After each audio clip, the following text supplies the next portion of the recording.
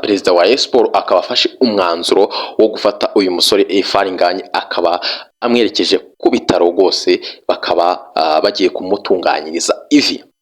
Utite gute rero uyu musore Faringanye we nyuma yuko bamubwiye ko bagiye kumuvura ivi cyangwa se bagiye kuribaga, uyu yababwiye igitekerezo ko ashobora kujya muri Senegal bakamuvura mu buryo bwa gakondo, akaba yagaruka nyuma y'ukwezi akongera agakina.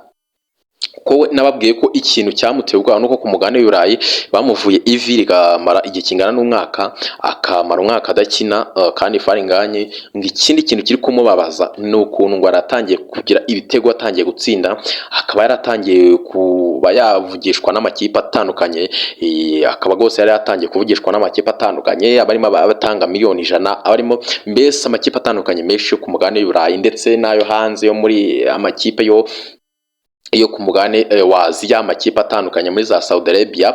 Icyo rero nacyo ngo rwose kirimo kiramubabaza, ariko perezida wa Rayon Sports afashe umwanzuro ubu tuvugana bakaba baraza kumujyana kwa Dr Bukara, rwose akaba aranza kumubaga ivi.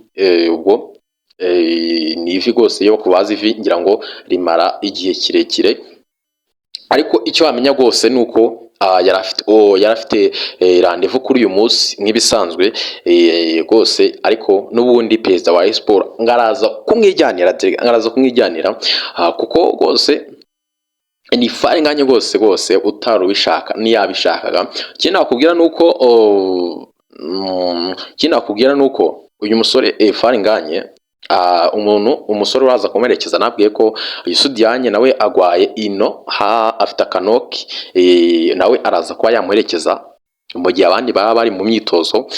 So ngira ngo kuri Faringanye ikindi wamenye nuko iyi mvune amafaranga akoreshwa kugira ngo bayivure hagati ya miliyoni 4 kugeza kuri 6. Ubwo amafaranga barakusanyije abayobozi ba Rayon Sports yarabonetse miliyoni 5,500, akaba yarabonetse, bakaba bagiye kugira gute gutangira kumwitaho Faringanye. Ubwo tuzakugendeza tugenda twumva uko bimeze. Ubwo gahunda amakuru menshi mwagiye mwumva ko rwose abantu benshi bagiye gukora kuri iyi nkuru ko Faringanye yanze ko bamuvura, ariko nayi nabibabwiye ho mbere, ni amakuru yangezeho ku munsi wo kuwa gatatu.